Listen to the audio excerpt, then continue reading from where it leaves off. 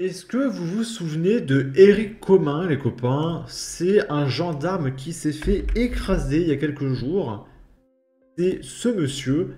Il y avait un jeune Naël qui lui a roulé dessus. Sa femme avait fait un témoignage. Les gauchistes avaient dit que c'était une facho. Et le maire avait dit qu'il condamnait fermement, qu'il ne fallait plus que ça se reproduise. Nanana, nanana. Eh bien, on est à Mouguin, au même endroit. Au même endroit que là où était écrasé le policier. Et il y a un nouveau Naël qui a écrasé deux policiers lors d'un refus de tempérer au même endroit. Voilà. Et il y a Dick Tavenir qui écrit: On fait quoi? On continue comme ça? Bah oui, on continue. Il se passe rien. Un nouveau drame aurait-il pu se produire au même endroit à une semaine d'écart?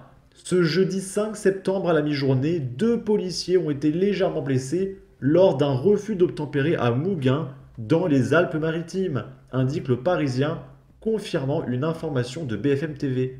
Les faits se sont produits à deux pas du refus d'obtempérer ayant mené à la mort du gendarme Éric Commun le 26 août dernier. Ce jeudi, des policiers ont repéré un conducteur qui n'avait pas attaché sa ceinture de sécurité. Mais cet automobiliste a refusé d'obtempérer au contrôle à deux reprises.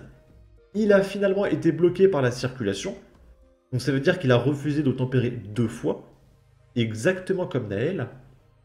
L'individu a été interpellé après qu'un policier ait brisé une vitre de son véhicule. Les blessures légères ont été causées par la vitre brisée. Les agents ont constaté une forte odeur de sandwich dans l'habitacle. Le conducteur est un mineur âgé de 15 ans seulement, inconnu des services de police.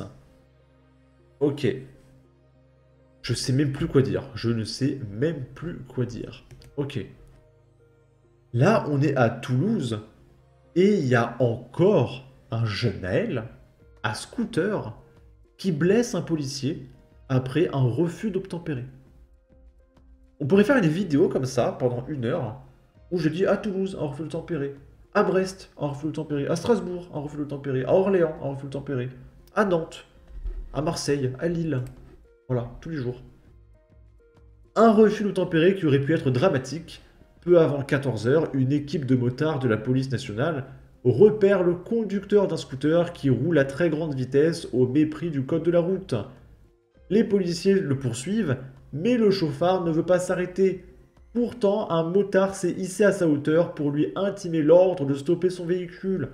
Le conducteur arrivé à un rond-point le prend à contresens et percute un motard de la police en le poussant.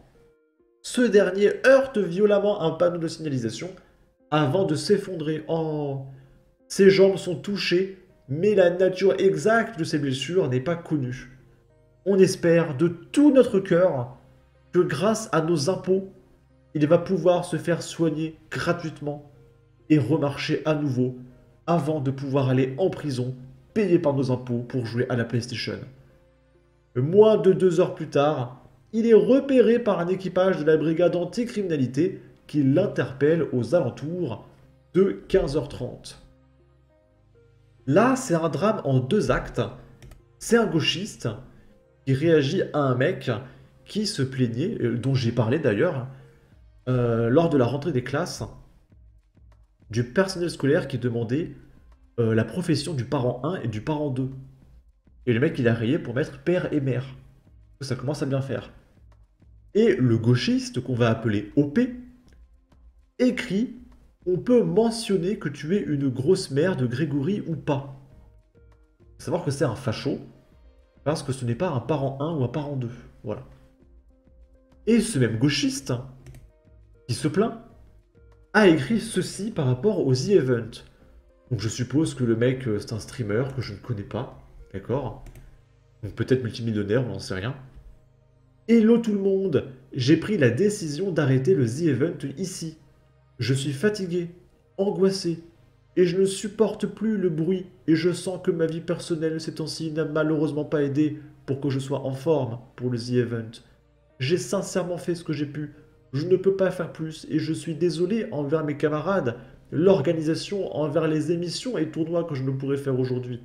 Ma santé ne suit pas, je dois m'écouter. Prenez soin de vous, bourrez les dons aujourd'hui et à bientôt. Donc voilà, donc c'est quelqu'un de mentalement instable, qui est fatigué, qui a peur de rien, qui est dépressif, qui a peur du bruit, voilà, il a des problèmes personnels, le sens de la vie, tout ça. Et il se plaint, voilà, on veuille se faire appeler papa et maman, et pas parent 1, parent 2. Voilà. Ici, on est à Nice. Il y a un mec qui a vandalisé l'église Sacré-Cœur, des statues détruites et une nana a été menacée au couteau. L'individu interpellé, qui serait un touriste, aurait également jeté des pierres dans une autre église de la ville. Et du coup, je suis désolé pour les images, mais on peut voir la statue du Christ qui a la tête séparée de son corps, et la statue de la Sainte Vierge qui est allongée par terre, mais qui ne semble pas trop cassée. Il y a le socle qui est cassé, on dirait, mais pas la statue en elle-même. Voilà. Je vous laisse imaginer ce qui se serait passé s'il y avait eu ça dans une mosquée. Et d'ailleurs, en réalité, j'ai quasiment jamais vu de news de mosquée qui s'est fait vandaliser. Hein. Autant les églises, j'en vois tous les jours. Mais alors des mosquées... Ouais, éventuellement, je crois une fois, j'ai vu, il y a eu un incendie, ok? Et j'ai jamais vu d'acte de vandalisme comme ça où tu viens péter des statues, faire des actes balsamatoires comme verser du Fanta dans l'eau bénite, etc. Non, ça je vois pas. Alors, que s'est-il passé? C'est la stupeur dans l'église Sacré-Cœur, rue de France à Nice. Plusieurs statues ont été vandalisées par un individu vendredi 6 septembre, un peu avant 15 h. L'homme menaçant avait en sa possession un couteau. Sur l'une des caméras de surveillance, le suspect pénètre dans l'église vers 14h40. Il porte un sac à dos et un pantacourt, laissant penser qu'il est un touriste. Un homme est rentré, il était costaud. Il a lancé son couteau vers une dame et elle a essayé d'esquiver le couteau. Il était furieux et il a commencé à vandaliser les statues. Puis il est descendu à la crypte et les gens étaient en train de prier. Puis en sortant, il a cassé encore une image de la Sainte Vierge, relate le père Jean-Baptiste au micro de Valérie Much, journaliste à France 3 Côte d'Azur. Les forces de l'ordre sont intervenues rapidement sur les lieux pour interpeller le suspect. L'identité de l'homme n'est pas encore connue. L'homme est également soupçonné d'avoir jeté des pierres dans l'église du Vœu. Ok. Et on va terminer avec un extrait du The Event. C'est Ultia qui réagit à un viewer qui lui dit qu'il ne l'aime pas à cause de ses prises de position politiques. Et du coup, elle lui demande, mais à propos de quelle prise de position politique? Évidemment, le The Event est rempli de turbo-gauchistes, parce que ceux qui sont ne serait-ce qu'un tout petit peu de droite sont bannis du The Event à vie. Donc forcément, il ne reste plus que des électeurs du NFP. Et en fait, elle veut dire, c'est parce que j'ai appelé à voter NFP, c'est ça? Et du coup, elle va l'insulter. Parce que c'est intolérable de ne pas voter à gauche. Mais ce n'est absolument pas du sectarisme, hein. Attention. On écoute ça. Voilà. Perso, je t'aime pas, rien à voir avec le fait que t'aies grondé qui que ce soit, mais plutôt sur tes prises de position ou d'autres paroles que t'as eues qui ne me plaisaient pas. Mais de quoi tu parles, poteau?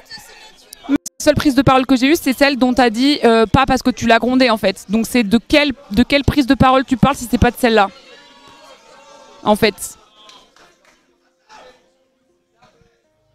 Je capte pas. Je capte pas, je comprends pas.